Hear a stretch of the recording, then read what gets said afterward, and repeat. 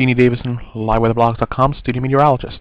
Beautiful day here in the southwestern mountains of Virginia, where we're broadcasting from for our overnight edition.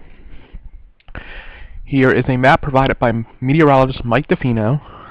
He does a severe weather outlook, and he does a great severe weather outlook here on our site here at liveweatherblogs.com. And we're going to go into a few areas. You can see where the front is draped across the region. That'll be 1 and 3. Mainly high winds and hail being your main threats. Number 2, this has New Jersey, Delaware, Maryland. This is going to be an area. So we have the front going to be lining up, draped across here. We all know that brings in the southwesterly winds. The jets coming across. What you're going to have is and this is going to be also the kicker for the hurricanes, for Hurricane Igor, and we'll talk about that momentarily.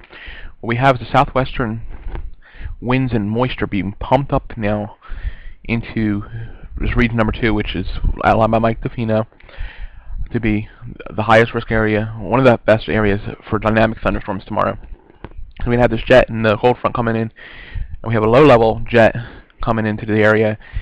That can make it good for line segments. That also is very good for long-lived thunderstorms, i.e. some possible supercells and tornadic development in the area of number 2, which I said is anywhere in the northeast. So would not be surprised tomorrow we see some isolated tornadoes in the state, northeastern states. That would include Philadelphia, Lansing, New York City, Boston, from Rhode Island down to Washington, D.C.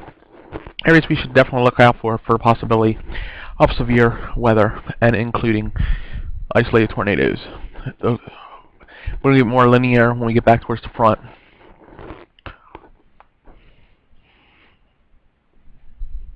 So I'm going to utilize this into a Davison risk factor. For Area 1, the Davison risk factor is going to be winds of 80%, hail 50%, tornadoes 30%. In Area 3, which includes Oklahoma and Arkansas, winds 80%, hail 70%. Because we're getting a lot of hail today, it'll transform into tomorrow also. Tornadoes 35%. And number 2 region we're going to concentrate on in the northeast, winds 85%, hail 55%, tornadoes 35 to 40%. The reason I'm giving a higher level, one possibility of tornadoes, is the fact that the low-level jets has crossed it. This had an issue, obviously, pulling out Cape values here, but I want to prove and show one thing here. Here is the sounding. You have south wind to a west wind. So there's going to be some possible rotation, and the winds increase with height significantly here.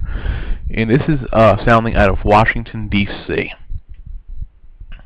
Like I said, I don't know what's going on with these Cape and all that. That should be showing, and we don't have that really well here. This is a south to a west area, increase with height, but you can see mainly a lot of this is going to be wind generated. A lot of the wind's going to blow to the ground at 50 to 60 knots. Not so far in the atmosphere, you're going to blow that down. It's going to cause a lot of downdrafts and wind. So this is going to be a wind-producing event, mainly for Pittsburgh. The issue here is going to be Roanoke. It's going to be issues here going to be forcing. But if we can get enough forcing to develop some thunderstorms, it does gain wind direction and height. Here, freezing level is low too, so that'd be easier to create hail in the area. So this is just some different things you can take a look at for sounding reasons, and just why they are the way they are. We're going to go now into the tropics. Carl is going to move into there. Igor, a few miles data, still bringing it up near Bermuda, and Julia going to turn out to see she's a fish storm. We're going to start with Carl. 40 miles an hour, merging itself off the coast now of the Yucatan. We've got tropical storm watches in effect. We've got hurricane watches in effect along the coast. Possibly Friday landfall here as it comes across the tropical storm, then a minimal hurricane as it makes landfall on central Mexico. Julia northwest turner, and it turns sharply away. Here's Bermuda. Igor still projected to come very close, if not make a direct landfall on Bermuda. That's gonna be a hard target to hit, but still, this is gonna also cause issues to Igor. It's gonna cause issues for putting a lot of water up here along the coastline. Lots of rip tides and lots of high waves, 6-10 feet at least in most of these areas, from Florida all the way up the north and east along the area.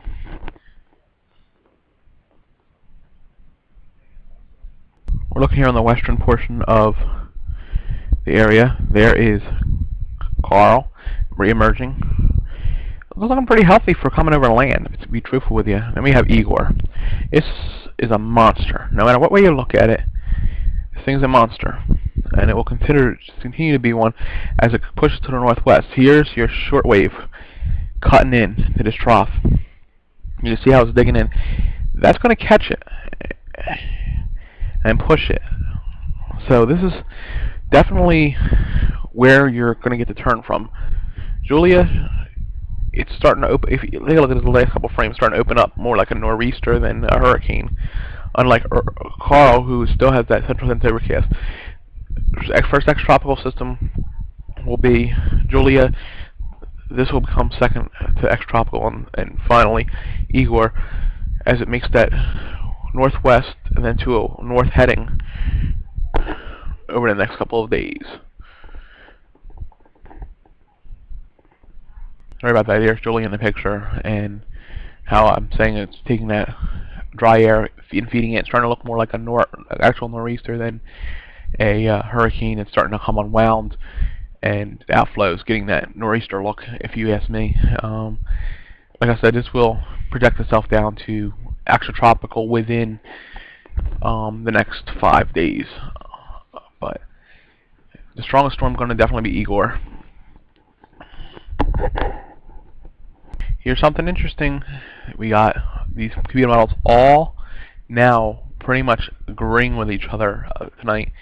They're all within a 100-mile radius of each other, and unfortunately, and I was going to say this, unfortunately, there's Bermuda. That is kind of not a good thing for Bermuda, that these computer models are all getting their act together. It's going to be very close to a landfall. Could be a little east, could be a little west, but it's going to have a huge impact on Bermuda, even though the storm will weaken over the next 96 hours. So we'll now take a look at Carl's projection. We already know what's going on with what's going to happen with Julia. It's going to turn out to sea further east here. Turn out to sea. Might affect the Azores with some waves and wind and foul weather. Most of these computer models are pretty accurate with what's going to go on with the system. Also, they're pretty bunched together and agreeing with each other, minus the UK Met. I am trying to fathom what the UK Met is seeing in this, but like I said, most of them are west to west southwest movement in time, and it will get up to maybe hurricane strength, maybe not by landfall. Once it gets to the mountainous terrain, it's going to be a flooding problem for Mexico. So the forecast for the Greater Roanoke Valley: 60 degrees. Pushing 90 Thursday, 84 Friday, 81 Saturday, 88 Tuesday. Sunday. Pardon me. Lows will be around 60. The hazardous weather outlook you see here is for the possibility of fire weather tomorrow, with the gusty winds that'll kick up 30, up to possibly 30 miles an hour in gusts. And the triad: 59 tonight, 91 for Thursday, 88 Friday, 87 Saturday, 91 Sunday. Pardon me again. Lows around 60 or low 60s for the entire period. Also, make sure you take a look at our early winter outlook, the 5 factors that will carve out this winter here. It's under Rob Garino, and it was put together by these meteorologists, Mike Masco, Mike DeFino, Mr. Rob Garino, Mary Flowers, Jennifer Sisko, Kevin Riley, myself, Carl Annenberg, James Arena, Amy Ryder, and Pete Parrish for the input into this first winter outlook. NAO is part of it, and others. So take a look at this information, and we'll have a full winter outlook November 15th. Deanie Davison, liveweatherblog.com, studio meteorologist. Have a good night.